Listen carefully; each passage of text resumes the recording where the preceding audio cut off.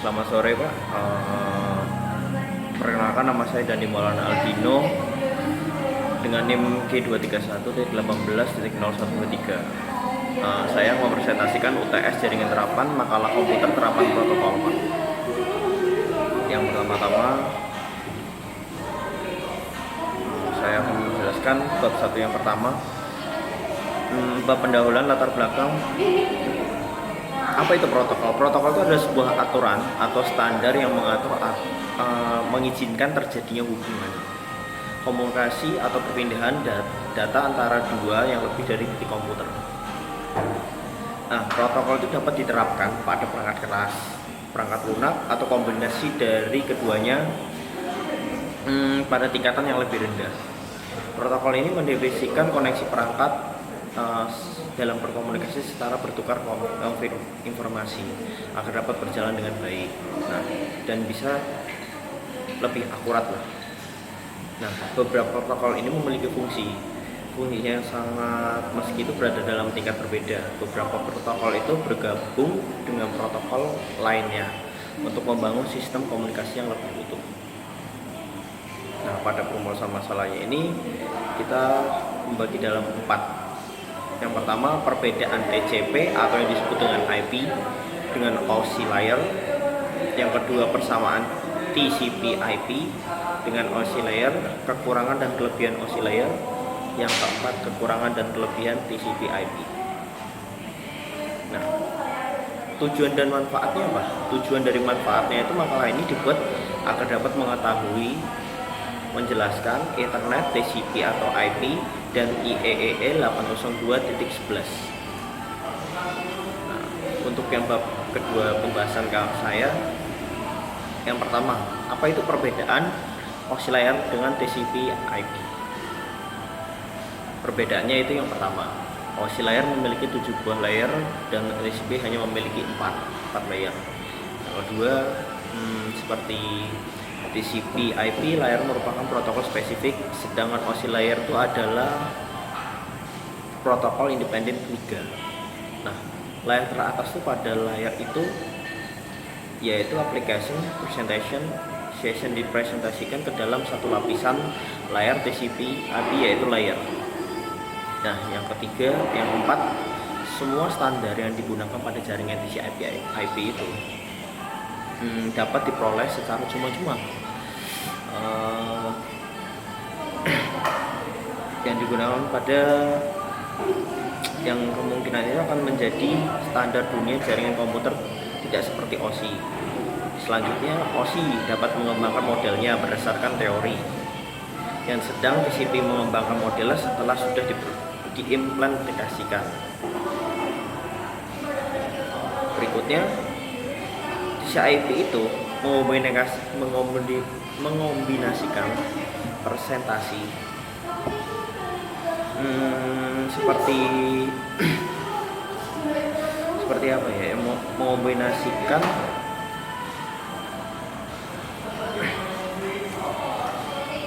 data link dan fisikal layar OSI ke dalam satu layar.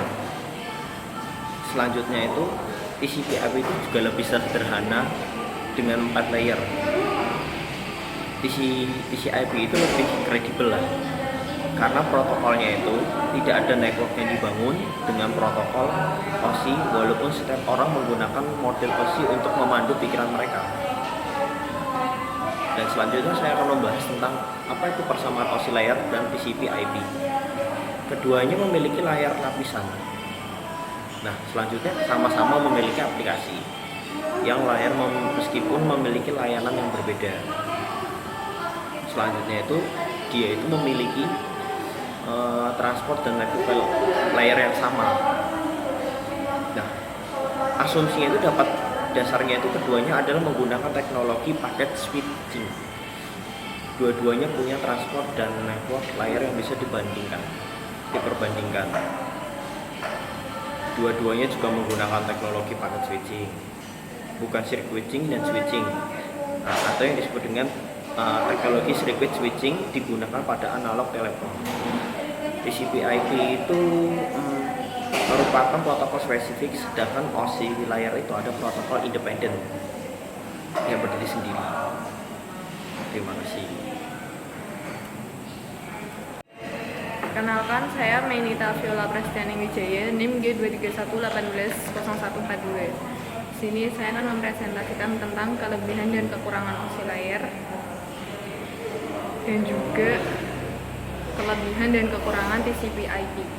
Yang pertama, kelebihan dan kekurangan OSI layar. Kelebihan OSI layar meliputi yang pertama, memberikan pemahaman bersama dan referensi umum tentang networking kepada para profesional di bidang networking. Yang kedua, membagi tugas pada masing-masing layar. Yang ketiga, memungkinkan spesialisasi yang berbeda pada masing-masing layar. Yang keempat, dapat menjadikan bahan pertimbangan dalam troubleshoot masalah. Yang kelima, meningkatkan standar interoperabilitas antara jaringan dan perangkat. Yang keenam, menyediakan modularitas dalam fitur jaringan atau pengambang dan perubahan pada sebuah layar tidak mempengaruhi layar lainnya. Yang kedua yaitu kekurangan OSI layar, meliputi satu, lapisan OSI bersifat teoritis dan tidak benar-benar melakukan fungsi yang sebenarnya. Yang kedua, implementasi dalam dunia industri jaringan memiliki hubungan yang sama persis dengan lapisan pada OSI layar. Protokol yang berbeda dalam stak melakukan fungsi yang berbeda, yang membantu mengirim atau menerima pesan keseluruhan. Selanjutnya, protokol yang berbeda-beda fungsinya pada tiap lapisan dapat mengirimkan atau menerima pesan. Yang terakhir, perubahan pada suatu protokol tidak bersifat menyeluruh ke semua bagian. Selanjutnya ada kelebihan dan kekurangan TCP/IP. Yang pertama, kelebihan TCP/IP meliputi satu, open protokol standar. Yang kedua, independen terhadap perangkat keras komputer, sistem operasi, dan lain-lain. Ideal untuk menyatukan mesin dengan perangkat keras dan lunak yang berbeda walaupun tidak terhubung internet. Lalu tidak tergantung pada perangkat keras jaringan tertentu sehingga cocok untuk berbagai macam jaringan. Selanjutnya, cara pengalamatan bersama memungkinkan device TCP/IP mengidentifikasi secara unik device yang lain di seluruh jaringan walaupun ia merupakan jaringan global atau dunia. Yang terakhir adalah protokol level tinggi yang distandarkan untuk konsistensi sehingga menyediakan service user yang luas. Selanjutnya ada kekurangan TCP/IP. Yang pertama yaitu jika mengirimkan data yang kecil akan kerepotan karena harus handshaking dulu, sehingga lebih lambat daripada UDP. Tidak bisa broadcast soalnya TCP/IP sifatnya one to one. Jadi ya kalau mau kirim satu-satu gitu.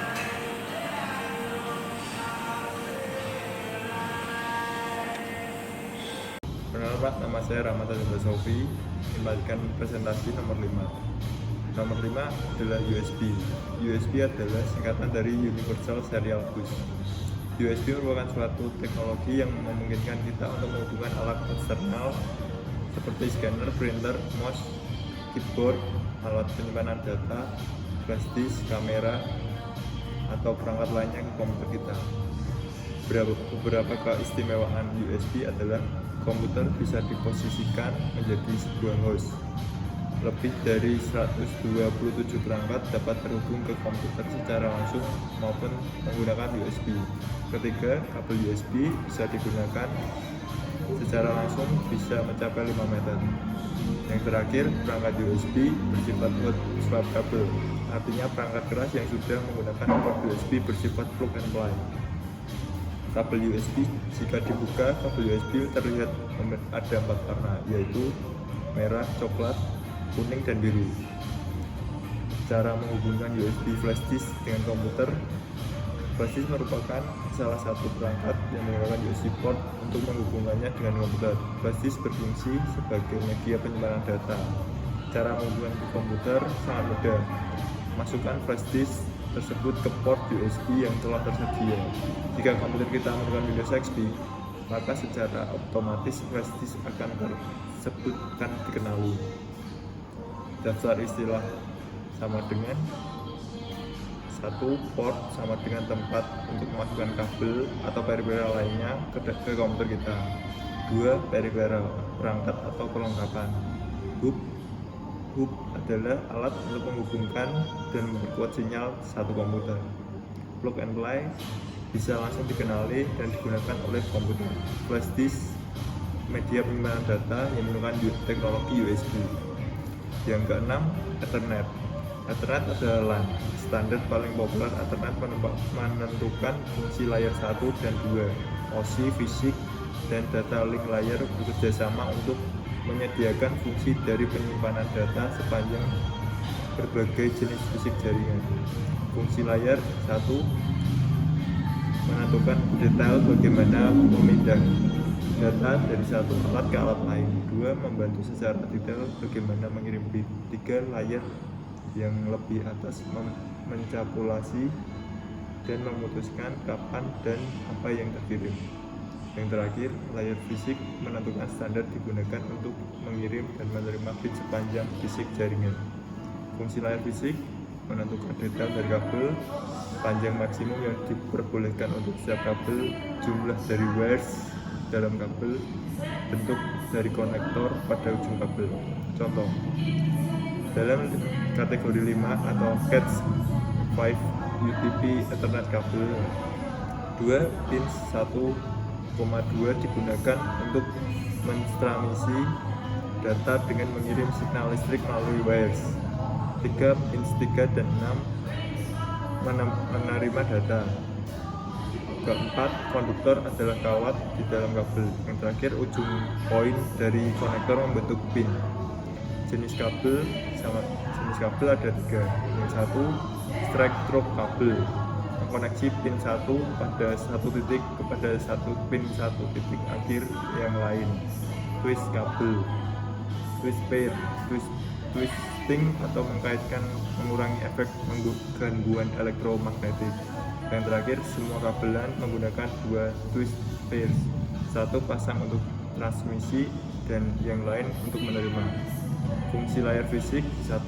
Kabel, 2. Konektor, pins, voltage and aliran, encoder, dan fungsi data link layer: 1. Pendeteksian kesalahan menggunakan frame check sequence atau cyclic redundancy code check. Yang kedua, frames tidak dibatalkan atau tidak diperbaiki jika ada kesalahan. Yang terakhir, identifikasi dari enkapsulasi data jenis dari packet layer yang lebih atas frame membawa dan sebagai mengidentifikasi protokol stack mana yang untuk mengirim data. Sejarah Ethernet ada 2. 1. DIX Ethernet atau DIX dari DEC Intel Xerox. DIX. Ketujuh, TCP atau IP, singkatan dari Transmission Control Protocol atau Internet Protocol, adalah standar komunikasi data yang digunakan oleh komunitas internet dalam proses tukar-menukar data dari satu komputer ke komputer lain di dalam jaringan internet. Protokol ini tidaklah dapat berdiri sendiri karena memang protokol ini berupa kumpulan protokol. Protokol ini juga merupakan protokol yang paling banyak digunakan saat ini. Data tersebut diimplementasikan dalam perangkat lunak atau software di sistem operasi. Protokol ini merupakan skema pengalamatan yang sederhana yang disebut sebagai alamat IP, yang mengizinkan hingga beberapa ratus juta komputer untuk dapat saling berhubungan satu sama lainnya di internet. Protokol ini juga bersifat routable, yang berarti protokol ini cocok untuk menghubungkan sistem-sistem berbeda untuk membentuk jaringan yang heterogen.